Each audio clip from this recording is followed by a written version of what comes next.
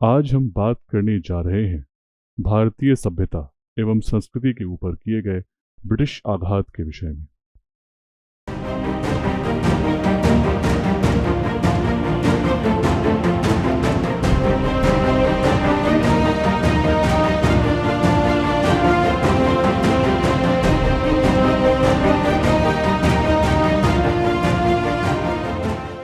सन 1811 15 अगस्त एक अंग्रेज मिलिट्री अधिकारी सेवानिवृत्त होने के पश्चात अपनी वसीयत लिख रहा था। यह वसीयत वो अपने परिवार का भविष्य सुनिश्चित करने हेतु नहीं, अपितु आने वाले भारत के भविष्य को पूर्णतया परिवर्तित करने के उद्देश्य से लिख रहा था।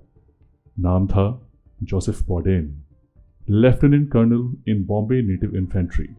ईस्ट इंडिया कंपनी की इस सैन्य शाखा में इन्होंने सन 1781 से सन 1807 तक अपनी सेवा दी थी। इस समय भारत के ऊपर ब्रिटिश राज तेजी से फैलता जा रहा था। बंगाल पूरी तरह उनके अधिकार क्षेत्र में था एवं दक्षिण के क्षेत्र एक के बाद एक अंग्रेजों के अधीन होते जा रहे थे। पर भारत में एक सैन्य अधिकारी के रूप में इतनी लंबी सेवा देने के पश्चात अब जोसेफ बॉडेन का एक ही सपना था, भारत में क्रिश्चियन मिशनरियों के द्वारा किए जा रहे कन्वर्जन को अत्यधिक सुगम, वैज्ञानिक तथा आधुनिक बनाना। उसके लिए एक रोड मैप की आवश्यकता थी तथा भारतीय सभ्यता को अच्छी तरह समझे बिना भारतीयों को क्रिश्चियन बनाना अन्य तरीकों से एक टेढ़ी खीर साबित हो रही थी। भारत एवं यहाँ की पुरातन सभ्यता क्रिश्चियन मिशनरीज के लिए एक अनफिनिश्ड बिजनेस आज भी है और तब भी था। ऐसा नहीं है कि उन्होंने प्रयास नहीं किए, हर तरीका आजमाया गया, चाहे वो गोवा इंक्विजिशन हो, यहाँ जब हम हीथेंस को एक एक करके मारा जा रहा था, हमारा समूल नाश करने का प्रयास किया गया। इसके बाद बिशप रॉबर्ट कोल्डवेल ने आर्यन द्रविडियन डिवाइड थ्योरी देकर हमारी संस्कृति के आधारभूत स्तंभ को चोट पहुंचाने की कोशिश की और अपनी राजनीतिक इच्छाओं की पूर्ति हेतु आज भी अनेक राजनेता एवं भारतीय इसे किसी सत्य की तरह प्रस्तुत करते हैं। धीरे धीरे मिशनरीज के मन में यह बात बैठ गई कि यदि हम भारतीय समाज में ब्राह्मणों को सर्वप्रथम कन्वर्ट करने में सफल रहे तो फिर पूरा समाज उनके पीछे पीछे उसी रास्ते पर चल पड़ेगा। परंतु ब्राह्मणों को कन्वर्ट करने से पूर्व उन्हें समझना आवश्यक था, उनका विश्वास भी जीतना आवश्यक था, और ये दोनों कार्य सिद्ध हो सकते थे संस्कृत पर पांडित्य हासिल करके। अतः जब एक अंग्रेज अधिकारी के तौर पर जोसेफ बॉडेन इन मिशनरीज से मिले और उनकी इस समस्या को सुना तो उन्होंने तय कर लिया कि अपने जीवन की सारी अर्जित पूंजी वो इस कार्य में समर्पित करेंगे और उन्होंने यूनिवर्सिटी ऑफ ऑक्सफोर्ड को अपनी वसीयत के माध्यम से यह आग्रह किया कि वो अपने यहाँ प्रोफेसरशिप ऑफ संस्कृत की शुरुआत करें। ऑक्सफोर्ड ने उनके मरणोपरांत उनकी पुत्री के माध्यम से यह उत्तरदान पत्र प्राप्त किया, जिसके साथ 25,000 पाउंड नकद तथा उनकी सारी अचल संपत्ति जो भारत में थी वह भी मिली। यूनिवर्सिटी ऑफ ऑक्सफोर्ड ने यह संपत्ति 1827 में प्राप्त की तथा कुल 5 वर्षों का समय लिया सभी संसाधन एकत्र करने में। सन 1832 से विधिवत रूप से ऑक्सफोर्ड में Boden professor of Sanskrit as a chair of Sanskrit की शुरुआत हुई। इसके प्रथम chairman professor Horace Hayman Wilson थे। यदि आप यह सोच रहे हैं कि ऑक्सफोर्ड में इसके उपरांत संस्कृत पढ़ाई जाने लगी तो आप एक गलतफहमी के शिकार हैं। यहाँ केवल संस्कृत को समझा जाता था, उसके वेद, पुराण, उपनिषदों एवं अन्य उपलब्ध आख्यानों के माध्यम से तथा इस विषय पर चर्चा की जाती थी कि इसमें उद्धत सिद्धांतों को कैसे गलत साबित करें, कैसे इसे एक इंफीरियर टेक्स्ट के तौर पर प्रस्तुत करें बाइबल के समक्ष, कैसे इसमें और गलतियां मिस इन्फॉर्मेशन या डिस इन्फॉर्मेशन के रूप में जोड़ें, कैसे बाइबल को संस्कृत में लिखकर एवं भारतीय पंडितों के द्वारा इसे उनके गुरुकुलों में विद्यार्थियों के समक्ष उपलब्ध कराएं। वे अपनी इन मंशाओं में काफ़ी सफल भी रहे। महर्षि दयानंद सरस्वती ने अपनी पुस्तक सत्यार्थ प्रकाश, जो सन 1875 में प्रकाशित हुई, में अंग्रेजों के इन कुकृत्यों के विषय में विस्तार से बताया है।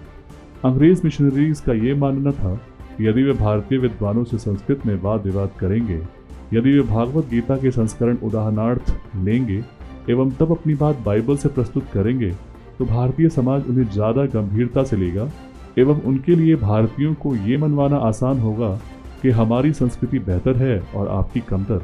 आपको इसे छोड़ देना चाहिए।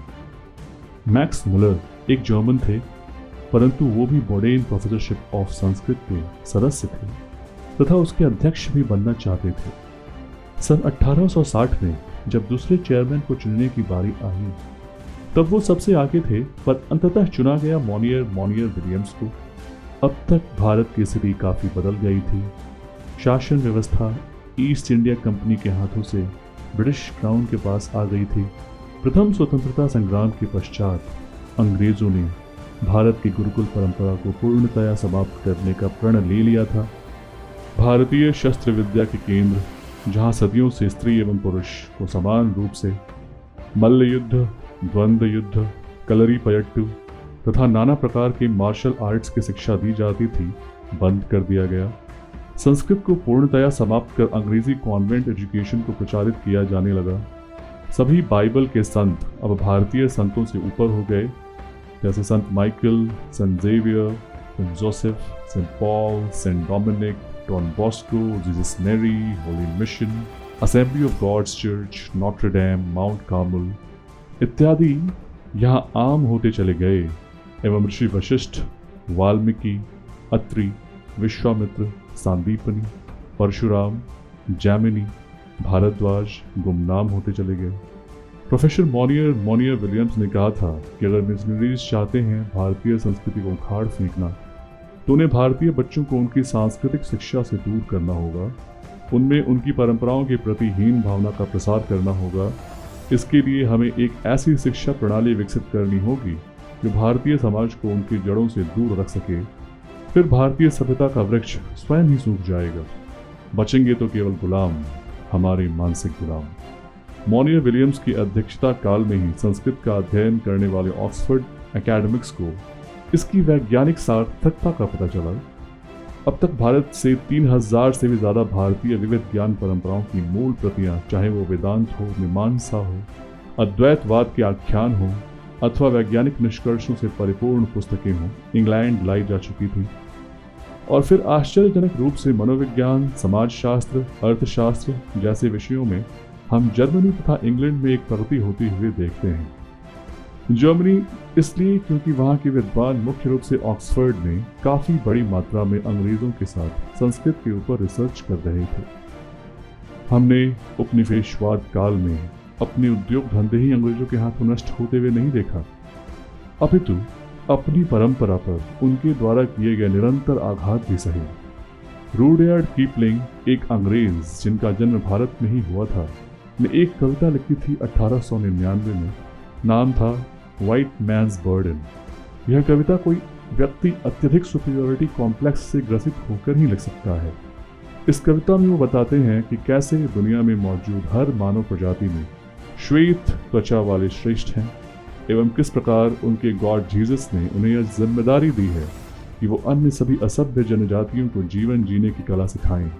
जो कृत्य आधिकारिक रूप से जोसेफ बोडेन की अनुशंसा पर ऑक्सफोर्ड में सन 1832 में प्रारंभ हुआ, वो आज भी जारी है। इस समय बोडेन प्रोफेसर ऑफ संस्कृत के चेयरमैन क्रिस्टोफर मिन्कोव्स्की हैं, जो सन 2005 से इस पद पर आसीन हैं। अब समय है कि हम गंभीरतापूर्वक इस विषय पर विचार करें कि हमने अब तक अपनी अज्ञानता में अपना कितना नुकसान कर लिया है और समय रहते जागृत होकर हम आगे इस नुकसान को कितना कम कर सकते हैं। याद रखें, हम विश्व की प्राचीनतम एवं सर्वश्रेष्ठ तथा अनादिकाल से जीवित अनवरत, निरंतर एवं शाश्वत परंपरा के अनुयायी हैं, जिसे न जाने कब से समाप्त करने के कुत्सित प्रयास किए जाते रहे हैं। हमें जागना होगा, समझना होगा हमारे पुरुषार्थ को तथा अंग्रेजों की दीहीन भावना से बाहर आकर गर्व से कहना होगा कि यदि मानवता अपना स्वर्णिम भविष्य चाहती है तो उसका उत्तर हम हैं। जय हिंद, जय भारत।